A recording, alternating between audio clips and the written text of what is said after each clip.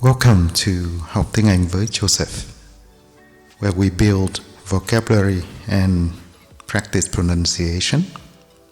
Today we continue with story number 15 in The Cat in the Box, and it's about the heat of eyes. The heat of eyes with Joseph Black's experiments.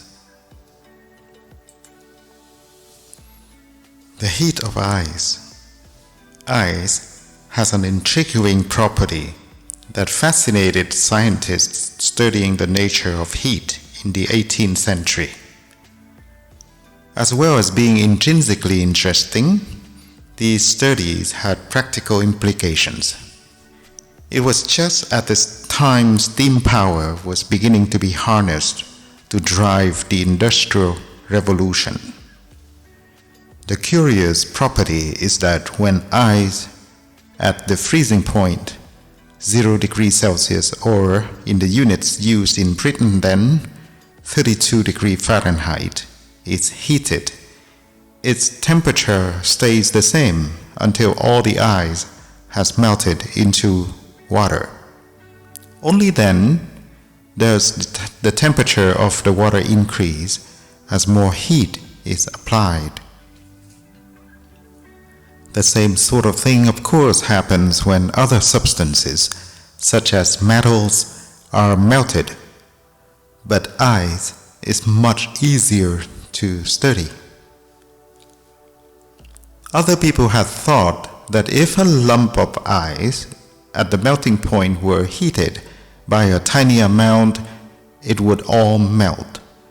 But the person who studied what was really going on in a careful series of experiments in the 1760s was a professor at Glasgow University, Joseph Black.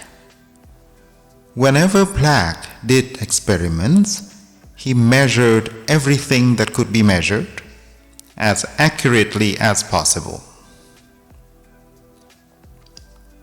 He had made his name by studying the amounts of gas produced or absorbed in chemical reactions. In one of his experiments, a carefully weighed amount of limestone was heated to produce quicklime, which was then weighed. The quicklime weighed less because the gas we now call carbon dioxide had been driven off. A weighed amount of water was added to the quicklime to produce slaked lime, which was weighed.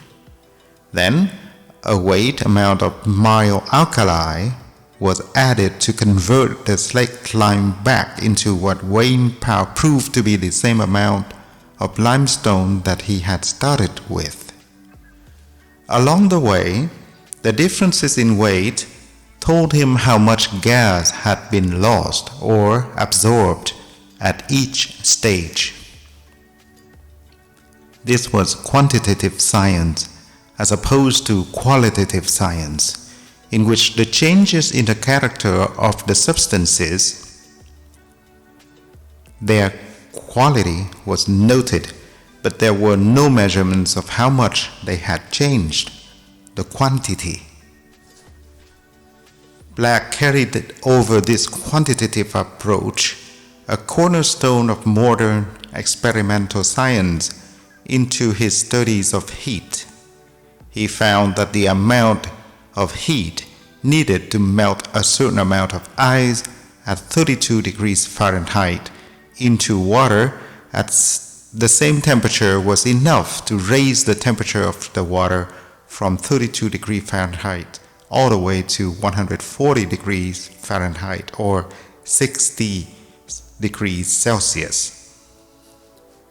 He also studied the way water turns into steam, showing that when a mixture of water and water vapor at the boiling point 212 degrees Fahrenheit or 100 degrees Celsius is heated, the temperature does not increase until all the water has been turned into vapor.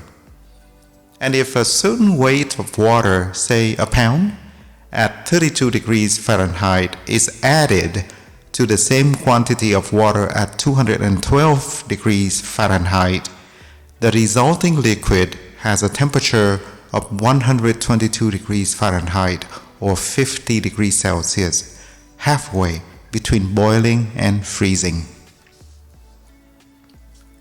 This led him to the idea of specific heat, which is the amount of heat required to raise the temperature of a certain amount of stuff by 1 degree. In modern units, the heat required to raise the temperature of 1 gram by 1 degree Celsius. Black coined the term quote-unquote specific heat and also gave the name latent heat to the heat absorbed by a melting substance, and when a liquid such as water freezes, the same amount of latent heat is released as it does so. Similarly, latent heat is released when vapor condenses into liquid. In Black's own words, I therefore set seriously about making experiments conformable to the suspicion that I entertained concerning the boiling of fluids. I imagined that during the boiling, heat is absorbed by the water and enters into the composition of the vapor produced from it, in the same manner as it is absorbed by ice in melting and enters into the composition of the produced water. And as the ostensible effect of the heat in the last case consists not in warming the surrounding bodies but in rendering the ice fluid, so in the case of boiling, the heat absorbed does not warm surrounding bodies but converts the water into vapor. In both cases, considered as the cause of warmth, we do not perceive its presence, it is concealed or latent, and I give it the name of latent heat. These discoveries were noted by a certain James Watt, an instrument maker at the university who built experimental apparatus for Black and who went on to develop steam engines.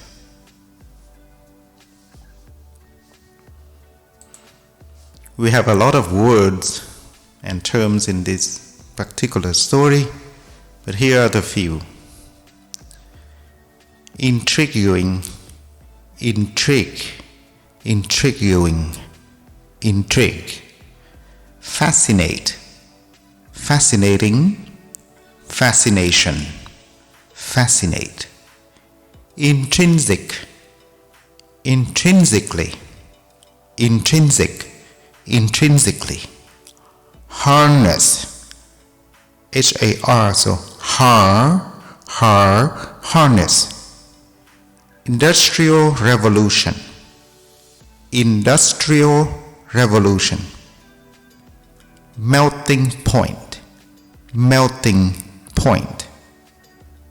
As accurately as possible, or as soon as possible, as fast as possible, as ... as possible. So, as accurately as possible. Absorb, absorb. Alkali, alkali. All alkali are bases, but not all bases are alkali. Alkali are substances that the pH is over 7. Well, less than 7, that would be acidic, right? Slake, combine quicklime with water to produce calcium hydroxide. Quantitative versus qualitative. Quantitative, qualitative. Quantitative method, qualitative method. Conform, conformable. Ostensible, ostensibly, obviously, ostensively, ostensible.